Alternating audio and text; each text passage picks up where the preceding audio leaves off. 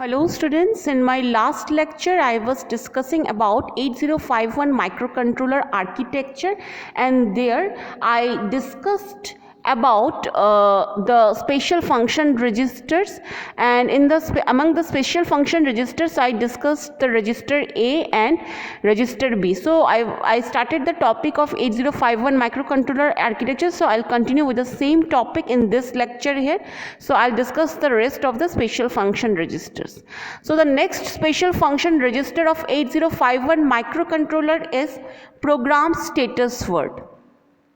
So program status word, it is a 8-bit register. As you can see, this is the format of program status word. It is a 8-bit register like 1 2 3 4 5 6 7 8. So it is a 8-bit register, and its address is, as you can see from this slide, we have written all the special function registers with their addresses.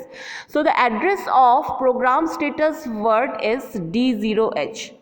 You can see the address of program status word is D0H. So there are 7 flag bits in program status word of 8051 microcontroller. As I've told you, this program status word is a 8-bit register, and among the 8 bits there are only 7 flags. This 1 2 3 4 5 6 7. So only 7 flags are present in the program status word of 8051 microcontroller.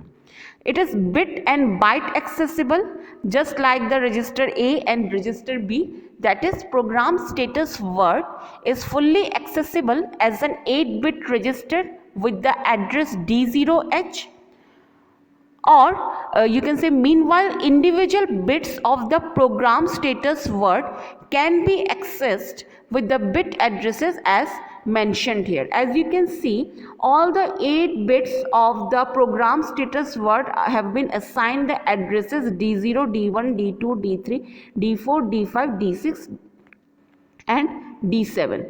So these are the addresses of individual bits of program status word. So either you can access the whole 8-bit program status word using its address D0, or you can individually access the bits of program status word using the addresses assigned to the bits. So it is bit as well as byte accessible. Now among these 7 flags, it has 4 conditional flags or math flags which sets or resets according to the condition of result.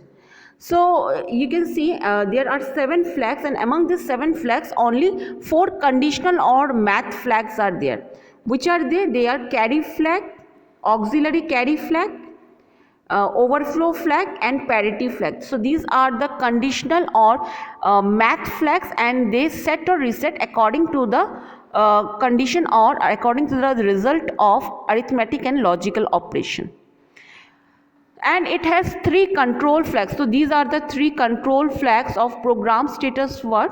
So by setting or resetting these control flags, flag bits, required operation or function can be achieved. Now let me discuss the math flag, or you can say the conditional flag, one by one. So we have first the carry flag. So what is the purpose of carry flag? During addition and subtraction, any carry or borrow is if generated, then carry flag is set, otherwise carry flag resets. So this carry flag is used in arithmetic or logical or jump, rotate and boolean operations. It can also be used as an accumulator to store one of the data bits for bit related boolean operations. For bit related boolean operations, it works as an accumulator. This carry flag works as an accumulator to store one of the data bits. Next is auxiliary carry flag. So what is the purpose of auxiliary carry flag? It is used in BCD arithmetic operations. That is, if during addition and subtraction any carry or borrow is generated from lower 4-bit to higher 4-bit, then auxiliary carry flag sets, else it resets. Next is overflow flag. this overflow flag if in signed arithmetic operations, if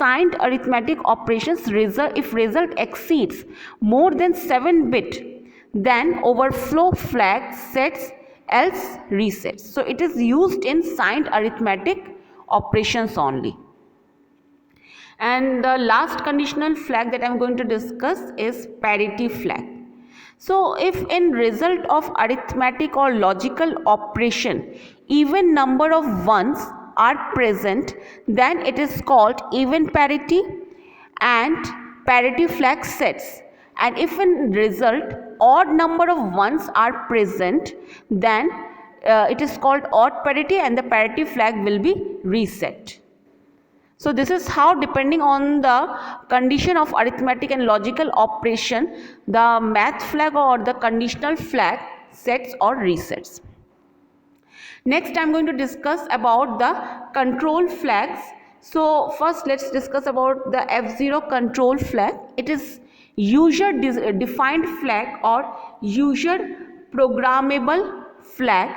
The user can store any bit of his or her choice in this flag using the bit address. So I can store any bit, or a programmer can store any bit in this flag using this bit address, using the bit address of F0, that is D5H.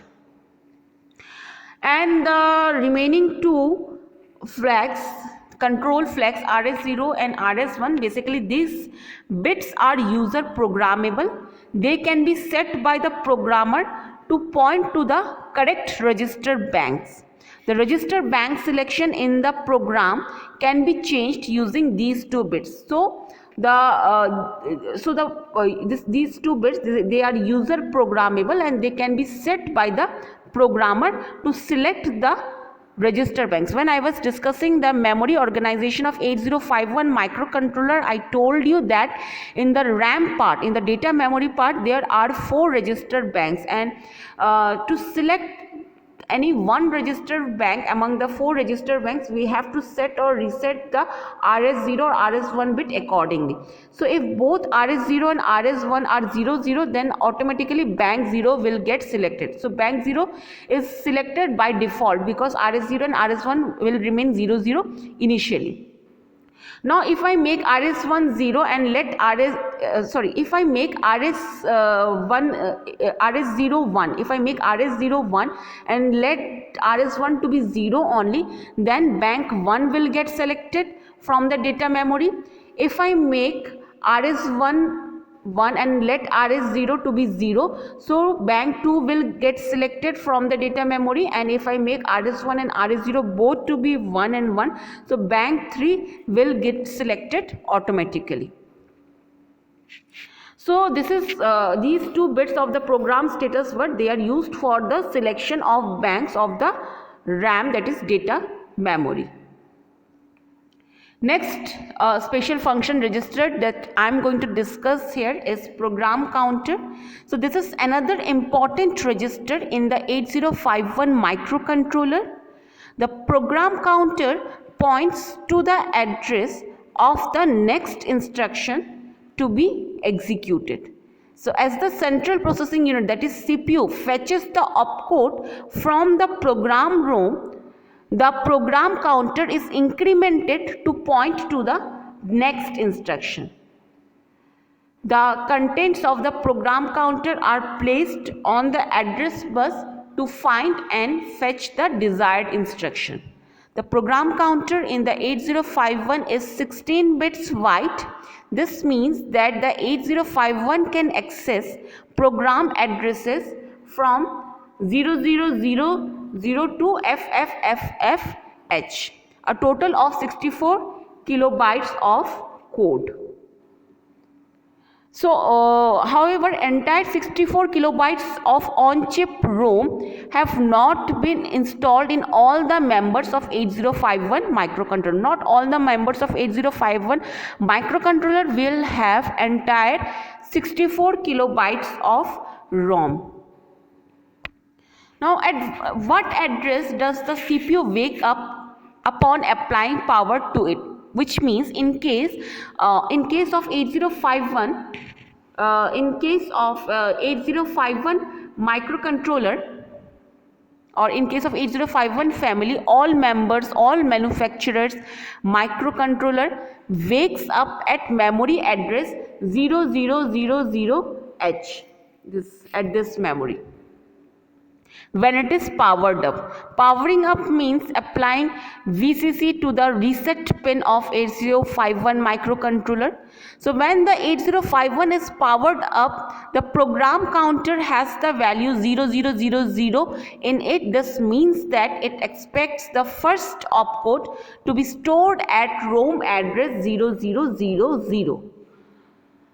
So in the 8051 system, the first opcode must be burned into memory location 0000H of program ROM, as this is the place where program counter looks for the first instruction when it is booted. So we achieve this by ORG statement in the source program. So I'll be discussing about this when I'll discuss the source program. So this was about the program counter of 8051 microcontroller. So I'll be discussing the rest of this special function registers in my next lecture. I'm ending this class here. Thank you.